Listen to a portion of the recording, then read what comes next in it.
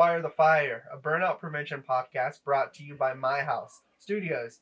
Today, we have a very special guest who is a dear friend of mine, a co-worker, and a big part of my recovery.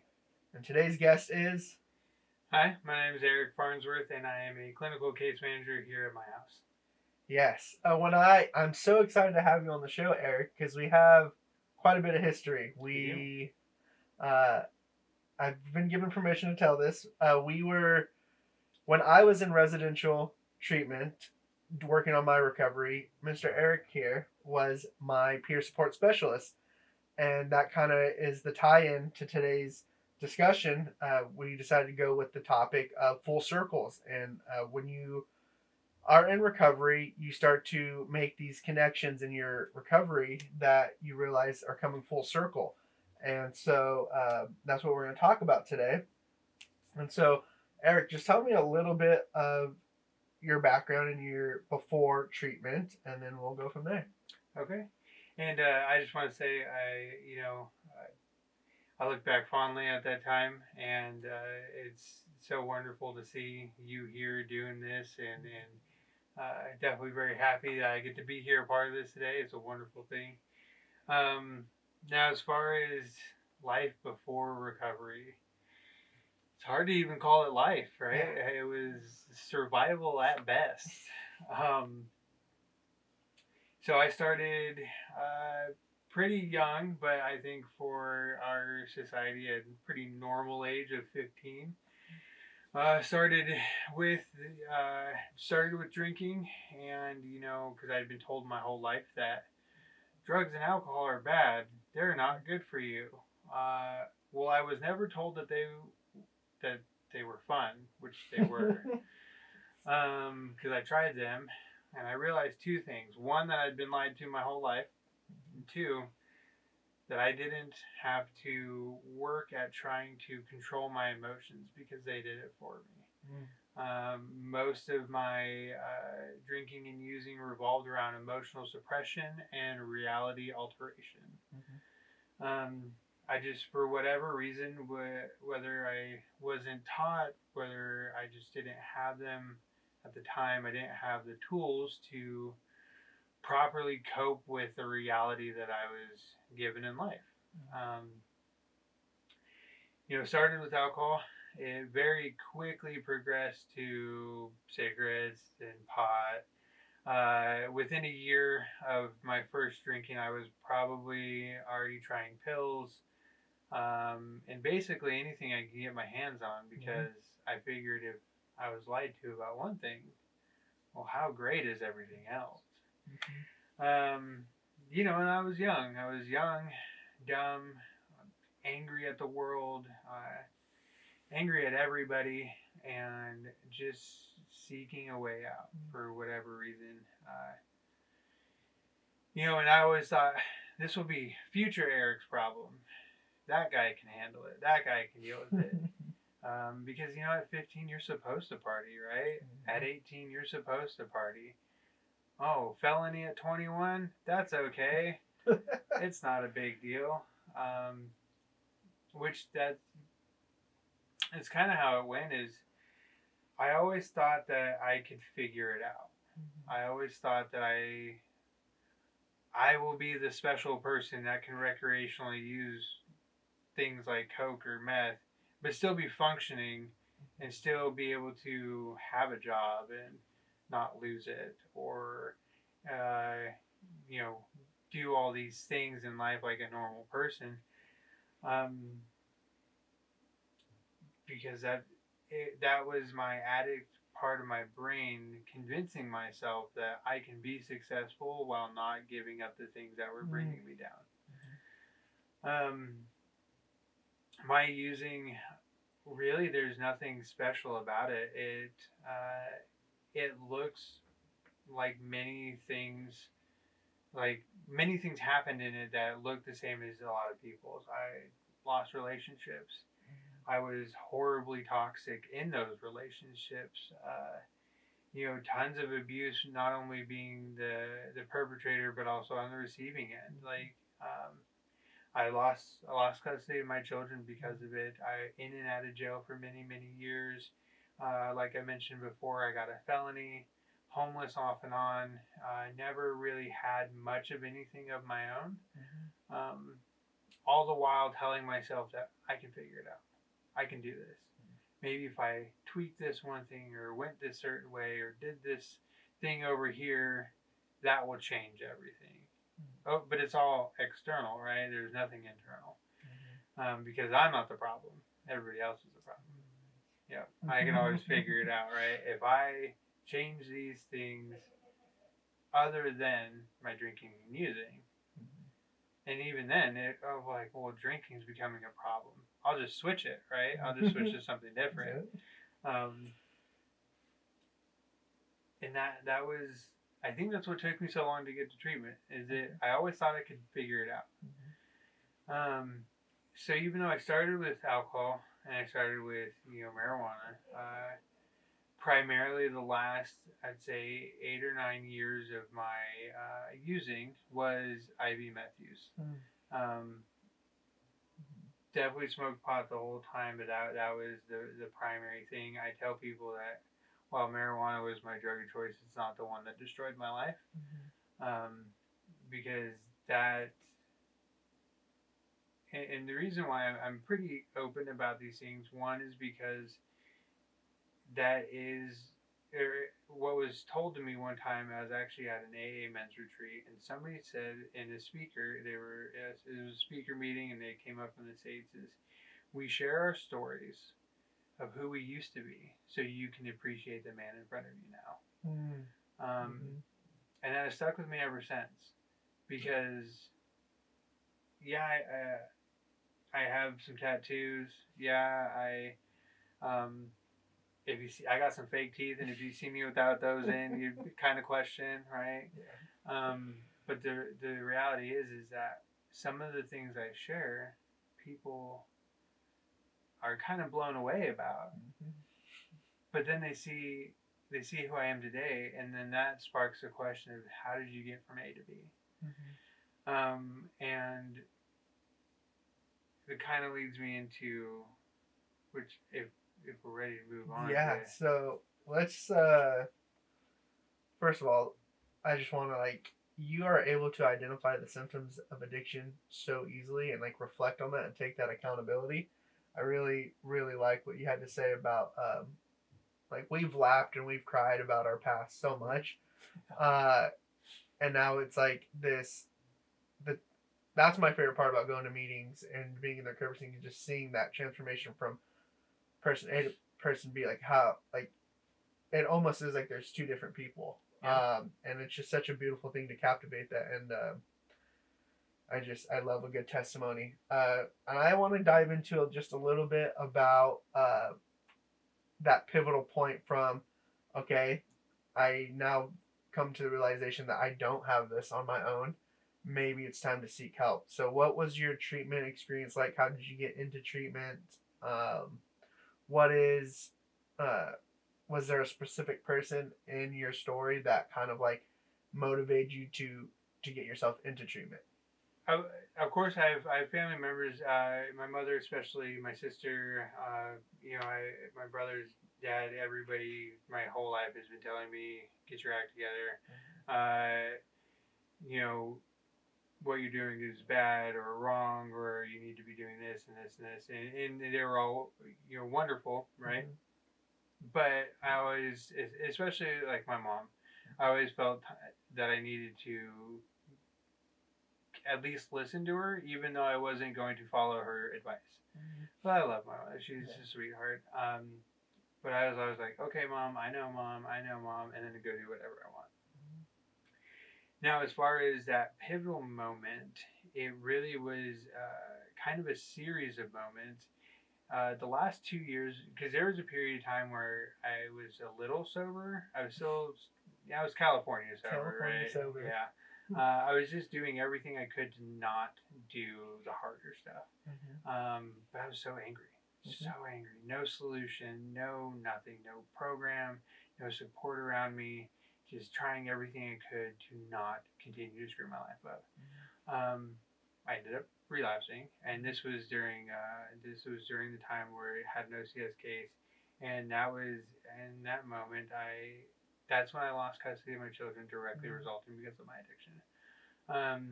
And I have to say it like that because I have to take accountability for what I did, right? Like, even though there's more parties to play in that, I cannot speak for them, and I can only speak for myself. And that's what happened. That 2 years that I went back out and they were adopted was some of the roughest 2 years of my life. Homeless more often than not, in blackout rage fights with my ex more often than not, just so mentally beaten and broken by life, but also by the decisions I had made, that I just was I was so empty inside, so empty inside. There's this moment, because the whole time period, like I said, a series of moments. One specific moment. I was probably about 15 miles up KGB, living on some property in an abandoned trailer. Me and my ex had just gotten into a fight. We were just so angry at each other. I'd been up for gosh knows how long. And I had this intense feeling of gratitude that my children were not there. I was so happy that they were not there to witness that because they didn't need to go through that. And I knew that feeling didn't come from me. I knew that feeling came from an outside source. I knew it came from, honestly, God plays a huge part in my recovery. It's impossible for me to talk about my recovery without mentioning Him. And I knew it came from Him. Now, even from that moment, it still took me another year before getting into treatment. So this was before day one was open. It was before they launched. I had known about True North, and that's where I went. I went through Vita Nova. But they, detox and the walk-in crisis center was still a pipe dream, still something they were working on, wasn't up and running.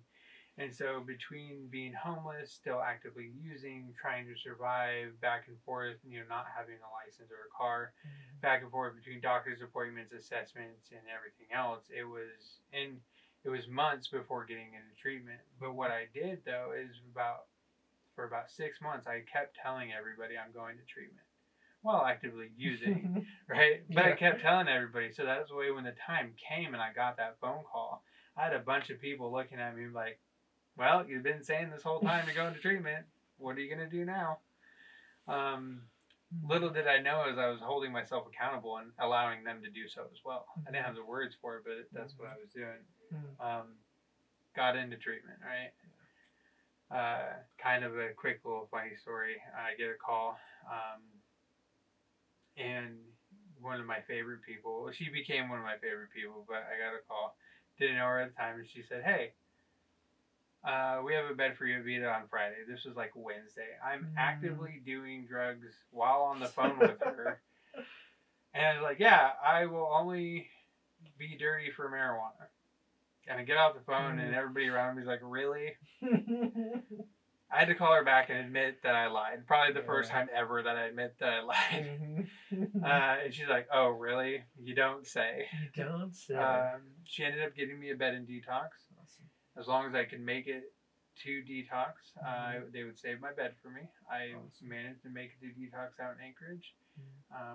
Walked through that door, and it's been game on ever since. From there, and I will give a shout out to Mr. Joel Kenworthy. Yes, we love Joel. Amazing man. And I remember walking out of detox a couple days later, and he looks at me and he's like, I think you're the one I'm looking for. And I'm like, this guy is way too high strung to be my peer support. Turns out he's just like that. Yeah. And I freaking love him. I love that guy. Love him so much. Love Joel. But yeah, and that's another full circle moment that we'll get to later on. But he gets me out there, and see, that's why I love places like our walk-in drop-in center, places like Day One. Because back then it took so long to get people into treatment, and us out here in the valley, we were hurting. Sure. And so I love the fact that need was seen, and there was people put in place in these organizations like ours and TNR, and now with Set Free Crisis and with everything else, like I love the collaboration of all these organizations and how they come together to help people in the valley to streamline that. Because when, as I'm sure you know, when us in active addiction, when we need help, we need it now, because it is a matter of life and death. It is. Yeah. So we've made it to Eric in your story where we've come to True North. And again, I just really love how you really paint the picture of the recovery community that we have out here. It really is truly like a blessing. I do research out of state stuff and even just some stuff in state. I think the Matsu Valley just has one of the most beautiful recovery scenes. Yep. When it comes, like we just had Float for Hope this last weekend, and there had to be easily hundreds of people there, like just devoted to their recovery. I heard there was between 500 and 600 people there. Like that's incredible. Yeah. Like it just blows my mind, and the fact that people like me who get to play a role in that is such like it just boggles my mind. I absolutely love the community that's around us. So I want to talk about.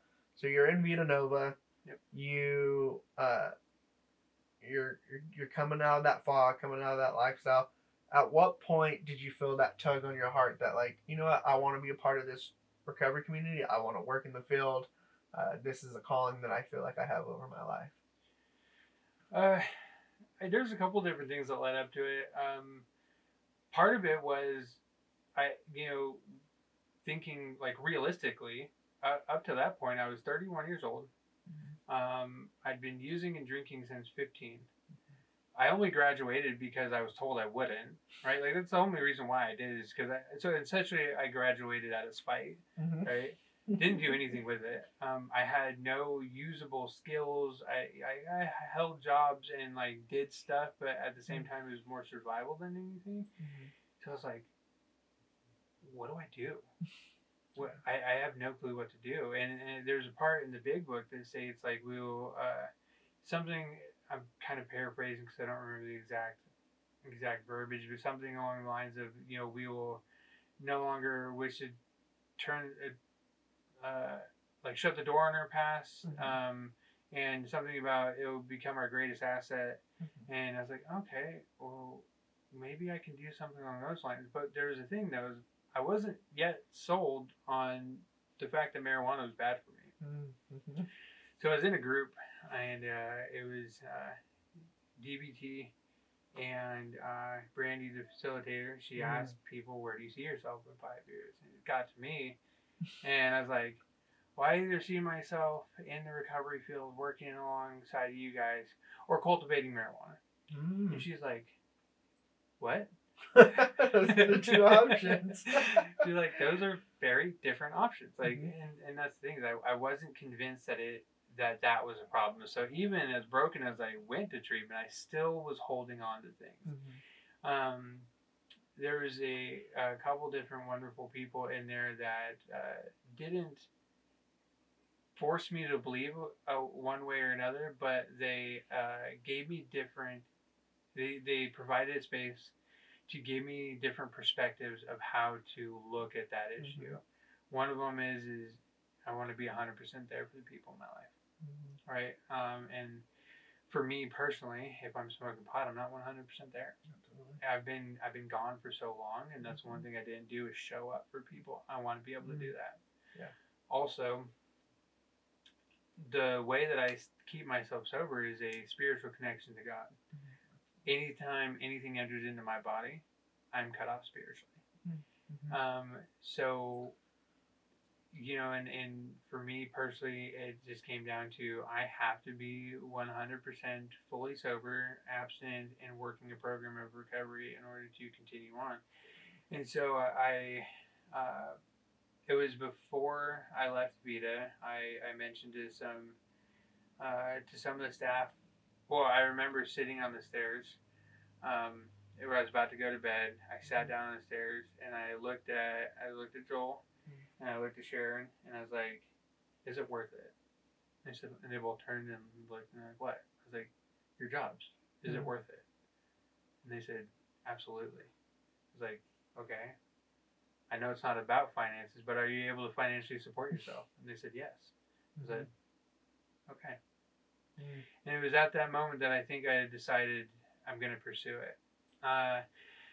Because, we don't want to talk about it, right? But the fact is like, yes, this is how I provide for my family, right? And I never plan to get rich from this. I never plan to, that's not what it's about. And I would, if I had the funding, I would do it for free. But the reality is I need to be able to pay bills, right? And that's just is what it is. Cool thing is, though, is that there's a lot of growth, or opportunity for growth and learning. So I started telling people, kind of like I told people I'm going to treatment, I started telling people this is what I wanted to do, letting it be known. And I found out later that once I started doing that, because they hear a lot of people, oh, okay, you want to be peer support, cool. Like, so does everybody going through treatment. But I found out later that they started watching me. They started watching the way me and some of the other buddies of mine that I made in treatment interacted with not only each other but other clients. Because really, that's where becoming a peer support starts, is in treatment. And that's where you're learning to be in the recovery field, sharing your testimony, reaching out to the person behind you. That's where it starts, is why you're still a client. And so that's kind of, then I further went on into outpatient, and I told the people there, hey, this is what I want to do. And again, they're like, okay, I have stacks of applications this high. Towards the end of my stay at outpatient, they're like, Eric, once you get out and get your variance, let me know. And it's because I was intentional about the way I interacted with people. I was intentional about going to meetings. I was intentional about talking with my wonderful sponsor. I was intentional about these things because that's the goal that I wanted. Also, I got out of treatment. I did require a variance. For those of you who don't know, variance is basically just like, I have a checkered past. I need to be able to prove why I should be allowed to help people. So waited a couple months to get variance. That finally came through, and it was December 19th, which is 8 days after my 1 year sober anniversary. I started working at Vita Nova. Yeah, so remind me that date again? December 19th, 2022. So December 19th, 2022, you started at Vita Nova. Yep. I entered Vita Nova True North's residential program November 22nd, 2022. So I was in there, I think, a little less than a month when you came in. And man, I'm just like, I love this title, Full Circle, so much, because it's like, at that time when you came in, I would have not known that was your story. Like, just that year mark that you hit at starting with True North, it was just like hearing that story, and then you then and you now, especially, it was just like, wow. We'll just jump ahead here. One thing that I see a lot in the recovery field, working in it and being part of it, is there tends to be this pool that, oh, I work in the recovery field now, and so this is my recovery. I just want to know what you have to say about making sure that you're maintaining that boundary of, my work is not my recovery. So first, it's easier said than done. However, that is one thing that I've been told from the very beginning, is you need to have your own recovery. I don't care whether you work at McDonald's, whether you work in recovery, whether you work construction. Work won't keep you sober. If it will, then you don't need to go to treatment, right? Like, if work would have kept me sober, I would have been sober a long time ago. If work would keep anybody sober, the need for treatment centers would not exist. They would just go to work. Now, I'm not saying that's for everybody, but they are the exceptions, not the rule. So, and the same especially goes for those of us dealing in recovery, because we are dealing with individuals who are coming in who, and there's a lot of clinical terms for it that I ended up learning about, like countertransference and like those types of things. But like we're dealing with individuals who are coming in, and they are, if somebody comes in and they're going through OCS and losing custody of their children, that's something that hits home for me. That's something that's going to spark a lot of things for me. If they're coming in and they're talking about being homeless and all these other things that I absolutely went through, it's going to hit home. Now, the beautiful thing is that's why I'm so effective at helping them. But also, that's also why I need to be so careful, because my own recovery is potentially at risk if I'm not doing anything to boost it, to strengthen it. Because how can I pour from an empty cup? So I always tell people, and recovery looks different, right? Like programs like AA and NA are wonderful programs, and they're amazing for who they're amazing for, but they also don't own the recipe for how to recover. You need to find what's good for you. Now, in order to do that, you have to be able to look at yourself honestly, right? You have to be able to self-reflect. You have to be able to truly figure out what you need. You can't be like, oh, I'm fine, right? I'm like, okay, did you actually look at it honestly? Most of the time, people need other people, some type of community, whether it's 3 good friends or 50 acquaintances. Most people need other people. Because again, if we could do it on our own, we would have. Most people need some type of schedule, some type of consistency, some type of security. Those things are things that we most likely didn't have in our addiction. Consistency and security are super important. Most people need connection to something higher than yourself. For me, that's Jesus Christ and God. And I absolutely rely on those every single day of my life. But the way I describe it to a lot of people is because I know not everybody believes what I believe, and that's okay. The way I describe it to people is like, look, we're right here. We were already praying to something better and bigger than us, and that's drugs and alcohol. Because if they weren't above us, we would have been able to control them. The fact is that we couldn't, and so they are. We need to find something up here. Whether that's Christ, whether that's the nature. I know a lot of people find their connection out in nature. I know a lot of people, all different sorts of religion, spirituality. Just know that we are not the center of the universe. As much as we like to think so sometimes, we are not. And so that is super important because, again, like, some of the people that helped me along the way, like, I just think, man, if they hadn't taken care of themselves and they had burnt out before they ever got to me, would I be where I'm at now? Because who knows what pivotal and critical moment those people play in our lives that changes the trajectory of where we go. If even the slightest interaction from one of those people that were so crucial in my beginning changed, who knows where I would be today. And then I got to think about that, like, who knows who I'm going to be able to affect today. And what the cool thing about being in this field is I've had people come back and be like, hey, do you remember that one time at that meeting you said this one thing? And I'm like, no, I don't remember. But that's the thing, is like, it wasn't for me to remember because it was for them to hear. And that's just what I got to remember. And I don't, like a lot of things, I have room for growth, right? I have felt myself on the verge of burnout before. I have felt myself be spiritually depleted. I have looked around and been like, oh crap, I have been neglecting the things, because life gets busy. It gets very busy very quickly.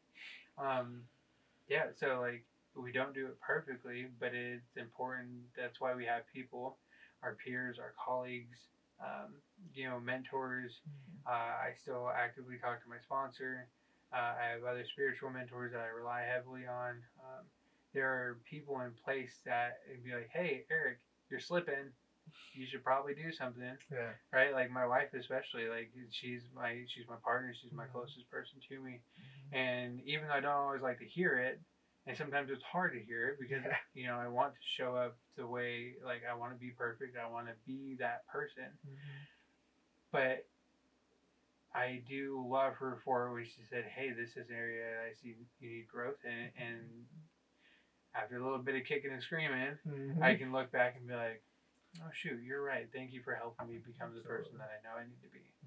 Like, it's important to have those people around us. It really is.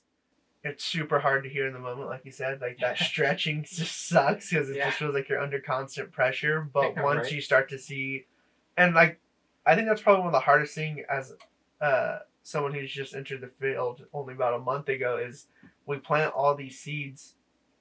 We plant these seeds all day long, and only like really only God knows if like that's actually if anything's actually going to come out of that. All we get to do is we just get to plant those seeds and do our best to show up. And I was super honored to have you on the show, man. It's just been amazing.